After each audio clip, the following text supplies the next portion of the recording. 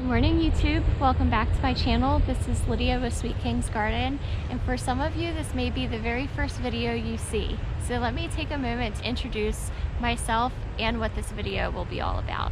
So this channel was started in January 2022, and it's taking individuals through my journey in backyard gardening. I've been gardening at home for several years, and this year specifically my husband and I expanded our garden. So you get to see all of that we have to offer in terms of how we started building our new raised beds, arch trellises. All of this beautiful green behind me are all items that I started from seed. And so I just welcome you to watch that journey, as I will continue to post regular garden updates. But this video specifically is all about pregnancy and fertility. That may sound very odd for my gardening friends, so rest assured that I will be breaking this channel into two separate playlists, because I have a lot to share about my fertility journey in addition to my journey in backyard gardening. So this video, I want to start off by saying I welcome anyone who is interested in learning about my journey to hang out, drink some coffee with me. In my case, I'm just drinking water. I hope that this video resonates with individuals, and I hope that individuals will enjoy watching my journey unfold, just as I've been anxiously awaiting to have this journey that I never actually thought would ever happen. So let me take you back a couple of years. So this September, my husband and I will have been married for 4 years, together for 10. And about a year to 2 years prior to us getting married, I went off birth control and started practicing the FAM method, or fertility awareness method. And that is just where you go off birth control, you learn about your cycle, learn about your body. The FAM birth control method is a two-part. You can start by trying to avoid getting pregnant, so that was perfect in our case when leading up to our wedding, and then shortly after that we wanted to avoid getting pregnant. But then that method came into play when we were ready to start trying to conceive. So TTC is another acronym you may see. So that was super helpful, because prior to that I was always on birth control since I was a teenager. Never really learned what my body's natural cycle was or what it represented. So I really enjoyed taking a few years getting to know my body. So after we got married, we started to try naturally. No real pressure. We're both 31 currently, so in our mid-20s by that point, and we were both healthy, active individuals. Hadn't really heard of anyone having any fertility issues, and we didn't think that would be the case for us. So we were trying with no pressure for about a year. I have to admit, as the female partner in that, a few months in, I was getting a bit anxious, waiting for things to happen. And every month I was faced with a reminder that we weren't pregnant. So after a year, we sought out some testing from a fertility clinic just to do preliminary testing from both my husband and I. The reproductive endocrinologist reported everything's fine, there aren't any issues, but whatever you're doing, it's just not working for you. So we're diagnosing you with unexplained infertility, which is a bit frustrating. We were relieved to hear that we didn't have any issues, but on the other side, we were a bit frustrated that, man, I thought we would be pregnant by now. Certainly there must be an issue, but I guess it was just a matter of time before we got pregnant. So we allowed more time for us to get pregnant naturally, and it still didn't happen. So again, at that point, our reproductive endocrinologist said, hey, you're doing everything right, but it's not happening. We suggest that you seek out the Iui treatment, which is the first type of treatment that comes with fertility treatment when you're trying to conceive a baby. And I will link what an IUI is in the description here for anyone who wants to read about it. But for folks that are familiar with fertility issues, I'm sure you're aware of what an IUI is. So we had several failed IUIs, and each IUI cycle that I went through was a bit different. So the very first cycle was medicated for me, which I was a bit apprehensive about because, of course, for the past several years up to that point, I was on this quest to really rid my body of any chemicals and toxins, and was very much embracing this holistic, natural way of living. And I wasn't really a big fan of putting medication in my body for fertility. So, but I took the reproductive endocrinologist's advice, and our first cycle was medicated. My body responded very well to the medication. It actually responded too well to where they had recommended that we cancel that appointment. So that was a failed attempt. The second IUI, I wanted to do completely unmedicated. I felt like that was what my gut was telling me in the first place. So my second IUI was unmedicated, and my husband and I just tracked ovulation, and then when my body was ready to ovulate, that's when I had the IUI procedure performed. That failed as well. The very last IUI that we had, I did a hybrid approach, and I did a half dose of the medication and also tracked ovulation at home. And then when we were ready and saw that my cycle was about to ovulate, we then went in for the IUI procedure. And I will never forget that day, because that was the day that we learned that we actually have confirmed fertility issues. Now at this point, I'm not ready to talk about the details of our fertility issues, but what we learned was that the chances of my husband and I getting pregnant naturally or even via the IUI procedures is little to no chance at all. And that was absolutely heartbreaking to both of us. So that was quite a blow. We took several months off working with the fertility clinic because we just needed time to process. I didn't want to rush into the IVF process that they were automatically referring us to, because that is a heavily medicated process for the female partner, and I was just scared to death, again, adding more medications to my body. So we took some time off, and that was a couple of months, and then we came to the realization that we were ready to give the IVF process a shot. We figured, let's just see how my body responds to one cycle, and if it's not for us, it's not for us. We'll revisit this. So I am thankful to say that that IVF process was successful. I had my egg retrieval in March 2022, and then I had my transfer in mid-May 2022, and then 6 days later, we had our very first positive pregnancy test. I will never forget that day either. It was actually the day after my twin sister got married, so I was seeing all kinds of signs from the universe, and I know that sounds very crunchy and hippie, but it's very much true. So I felt like the day that my sister got married, I took a test that morning, and that was 5 days after the transfer. It was negative. And I said, okay, it's obviously too close to the transfer date.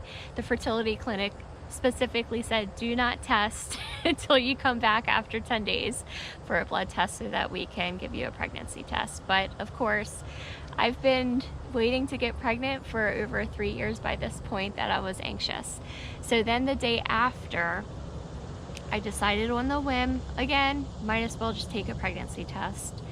And it was just a simple strip that I've been using for years. And shortly after I tested the strip, it returned a positive result, and I immediately cried. I called my husband, who was working, and I'm bawling my eyes out, feeling so guilty that I tested at home without him. But I was like thinking, I've taken so many tests by this point that have always been negative, like certainly this wouldn't be a positive result, and it was. So we were absolutely overjoyed. The most special moment that we've ever had together, even though we were apart. So of course, battling through fertility issues, we were apprehensive to get too excited, and at that point we did share the news with my closest friend who had been battling fertility issues as well, and she had a successful IVF pregnancy. And then I of course had to tell my twin sister, and we waited for a few more days for my scheduled blood test with the fertility clinic, and they confirmed that we were 3.5 weeks pregnant. So shortly after that, we announced to our immediate family at 5 weeks. Now I know announcing pregnancy can be very controversial, and I want to share my stance on that. So our family and close friends knew that we were battling fertility issues. It's been a hard journey. Some of them knew more than others, just because it's a sensitive topic. You know, I don't want to be that downer person in a group of friends that's like, oh, I have fertility issues. And we were caught in between getting overly excited, but then I was telling my husband, like, you know, we've been waiting for this moment for over 3 years. If this ends up not being a viable pregnancy, we will take the heartbreak at that time. But if I have an opportunity to be excited now, I want to allow myself to be excited, because this is the closest to having a baby that we've ever gotten. So we were excited to share our news with our immediate family at 5 weeks. And the way we announced was super cute, and I think they really enjoyed it as well.